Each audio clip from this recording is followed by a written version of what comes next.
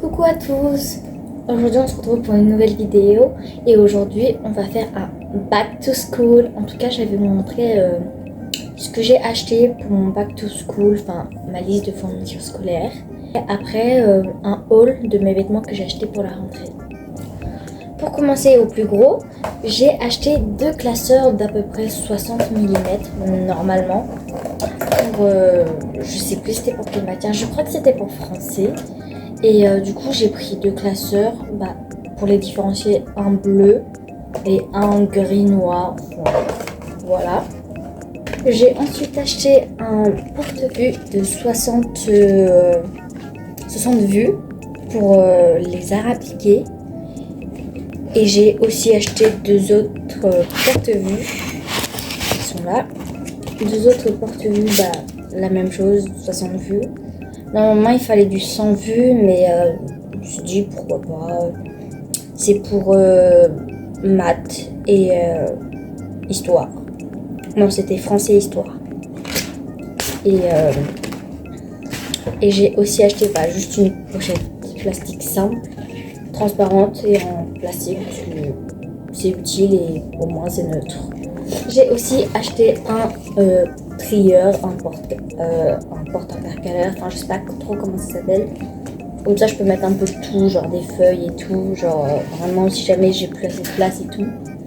Et j'ai aussi acheté des intercalaires pour les classeurs, au cas où, parce qu'ils n'avaient pas précisé, mais je peux en acheter au cas où. J'ai notamment acheté un cahier brouillon, j'ai pris un truc comme ça j'écris tout dedans et je le mettrai dans mon trieur. J'ai aussi acheté un cahier de croquis A4 pour les arts appliqués. Un gros pack de feuilles blanches, comme ça sert toujours. Et du coup, j'ai acheté un espèce de kit avec tout ce qui est rapporteur, règles, enfin tout ce qui est pour mathématiques. J'ai acheté aussi une agrafeuse, parce qu'il me fallait une agrafeuse et ses agrafes, du coup, ce qui est logique.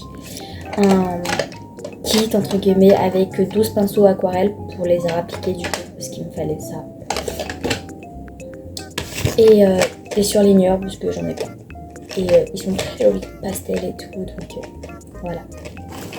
J'avais aussi oublié, mais il y avait aussi un blanco, parce que c'est toujours utile, vraiment pour effacer les erreurs. Et après, plein de pochettes plastiques pour tout ce qui est classeur et tout, donc voilà. Après, je sais qu'il me manque plusieurs choses, comme par exemple une gomme, une paire de ciseaux. Après, je sais pas si je vais me racheter une nouvelle trousse. Il me manque des cahiers et tout. Donc voilà. Et je vais maintenant passer du coup à mon haul de ce que j'ai acheté pour la rentrée. Que j'ai pas acheté beaucoup parce que j'avais quand même mes vêtements et tout. Mais j'ai quand même acheté quelques trucs. Je les ai achetés à C&A. Donc on se retrouve tout de suite.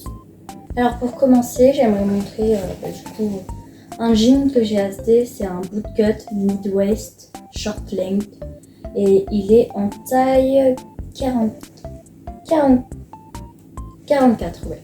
44, j'ai vu le test. Il est quand même assez grand et il est super, mais super confortable et super beau. Continuons sur les pantalons. Du coup, j'ai acheté un autre pantalon, mais noir cette fois-ci. C'est un white leg high waist standard length.